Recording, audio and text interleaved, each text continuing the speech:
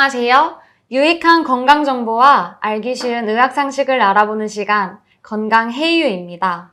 오늘은 대한민국 평균 65세 노인 인구 10분 중 한두 분이 겪고 있다고 알려진 근감소증과 이에 동반하여 골밀도도 함께 저하되어 있는 골근감소증이라는 질환에 대해 알아보고자 합니다. 도움 말씀 주실 재활의학과 문창원 교수님과 함께 근감소증과 골근감소증이 무엇인지 알아보고 적절한 관리법을 살펴보도록 하겠습니다. 교수님 안녕하세요. 네, 안녕하세요. 시청자분들께 간단한 소개 부탁드릴게요. 네, 안녕하십니까. 저는 충남대학교병원 재활의학과에서 근무하고 있는 문창원이라고 합니다. 반갑습니다. 네, 반갑습니다. 교수님, 근감소증과 골근감소증에 대해 설명 부탁드리겠습니다. 네. 요즘 외래에서 진료를 하다 보면 어르신들께서 그냥 요즘 들어 기력이 없나 봐, 나이 들어서 그런가 봐, 이렇게 말씀하시는 분들이 많습니다. 네. 그래서 예전에는 그냥 나이가 들어서 이제 근육량이 감소하는 거다, 뭐 이렇게 생각했던 것들을 2016년 세계보건기구에서는 근감소증이라고서 질병의 일환으로 이제 분류를 하고 있고 꼭 치료해야 될 대상으로 말을 하고 있습니다. 그래서 근감소증이라고 하는 거는 단순히 근육량만 줄어드는 것이 아니라 이제 그로 인해서 신체 기능의 저하, 근력의 약화, 이 세 가지 모두를 동반하는 상태를 뜻하게 되겠습니다. 골근감소증이라는 것은 근감소증에 더해서 골밀도가 떨어진 상태를 얘기를 하고 요즘은 이 두 가지 모두를 한 번에 이제 치료를 해야 된다, 그런 얘기들이 많이 나오고 있습니다. 기본적으로 이제 근육세포랑 뼈세포는 같은 조상세포에서 기원을 하기 때문에 서로 평생을 거쳐서 영향을 주고 그래서 같은 치료를 해야 되는 대상으로 그렇게 얘기를 하고 있습니다. 네.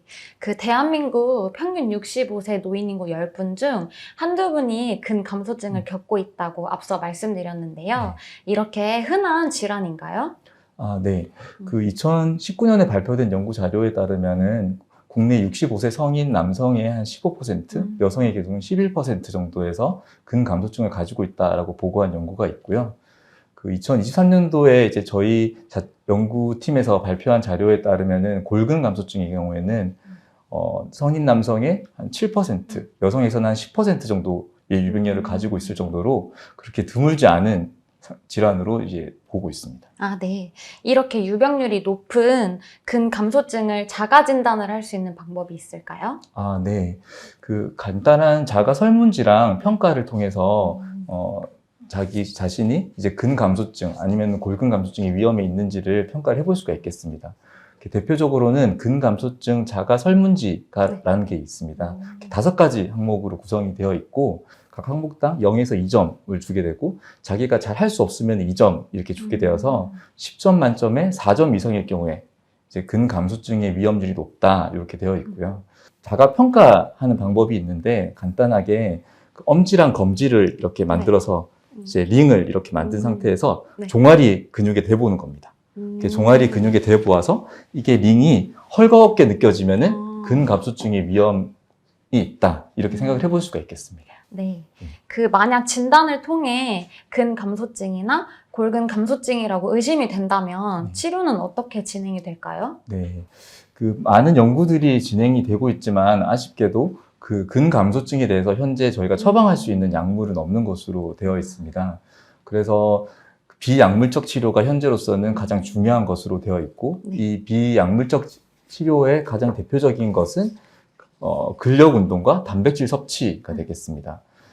저희가 이제 근감소증 치료에서 보통 권고하는 용량은 체중당 1.2에서 1.5g 정도의 단백질 섭취를 하라 이렇게 되어 있는데 사실 체감상 잘 와닿지 않으실 겁니다.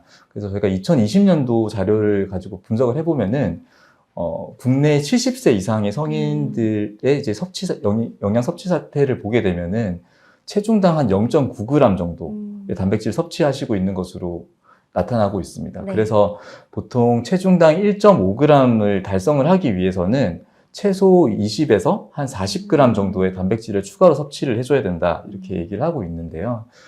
그게 어르신들이 이제 고기를 잘 못 드시는 분들도 많고 그래서 요즘은 단백질 보충제 같은 것들이 굉장히 잘 나와 있습니다. 그리고 뭐 유당 같은 것들을 제거해서 설사를 유발하지 않는 그런 단백질 보충제들이 많기 때문에 그런 단백질 보충제를 통해서 그 부족한 분의 단백질 섭취를 해볼 수가 있겠고요. 근데 다만 그 신장 기능이 떨어지신 분들은 단백질 섭취에 제한이 있으니까 꼭 주치의 선생님이랑 상의를 해서 단백질 섭취하시는 게 필요하겠습니다. 그 비약물적 치료의 대표적인 두 번째 방법이 이제 근력 운동이 되겠습니다. 이제 근력 운동은 일주일에 최소 2번 이상, 그리고 최소 3개월 이상 하는 것을 권고를 하고 있고, 여기 근력 운동에서 중요한 점은 점진적으로 그 강도를 높여간다는 것이 되겠습니다. 그리고 이제 골근 감소증에 대해서 치료를 해야 될 텐데요. 그래서 다행스럽게도 골밀도를 높이는 약물들은 시판이 되어 있기 때문에 만약에 이제 골다공증에 해당되는 진단이 나오게 되면은 그 약물을 드실 수가 있습니다. 그거에서 더불어서 칼슘이라든지 비타민 D, 그리고 비타민 D 합성을 체내에서 활발하게 할 수 있도록 충분한 일광욕을 해주시는 것이 이렇게 필요하게 되겠습니다. 그리고 그 앞서 말씀드린 근력 운동 또한 골밀도를 높이는 데 도움이 많이 되기 때문에 근력 운동은 빼놓을 수 없는 치료 방법 중에 하나가 되겠고, 그리고 뼈 자체는 적절한 스트레스를 받아야 이제 강해지는 것으로 되어 있어요. 그래서 그냥 근력 운동만 하는 것이 아니라 그 가벼운 조깅이라든지 걷기라든지 이런 운동들을 추가를 해주시는 것이 골밀도 향상에 도움이 되는 것으로 되어 있습니다. 네, 근 감소증도 위험하지만 골근 감소증이 위험하다는 얘기를 들은 적이 있는데요. 이게 정말 사실일까요? 저희가 근 감소증을 중요하게 생각하는 이유 중에 하나는 앞서 말씀드린 것처럼 근 감소증이라는 게 이제 근육량의 감소뿐만이 아니라 신체 기능의 저하를 포함하고 있는 개념이 되겠습니다. 그래서 근 감소증을 가지고 계신 분들은 연구 결과에 따르면은 한 3.5배 정도 낙상의 위험률이 높아지는 것으로 되어 있으세요. 그러다 여기에 더불어서 골밀도가 낮아져 있는 골근 감소증의 경우는 그 낙상으로 인한 뼈의 골절을 유발할 수가 있기 때문에 더 위험한 것으로 되어 있고요. 이런 골근 감소증을 가지고 있으신 어르신들은 꼭 넘어지지 않더라도 언제든지 자기가 넘어질 것 같다라는 그런 불안감으로 인해서 약간 사회적 고립이 되게 되고, 그러므로 사회활동을 잘 못하게 되는 것들을 통해서 여러 가지 나쁜 영향들을 주는 것으로 되어 있습니다. 네, 마지막으로 건강 해이유를 시청해주고 계신 우리 구독자분들께 당부의 말씀 부탁드리겠습니다. 네.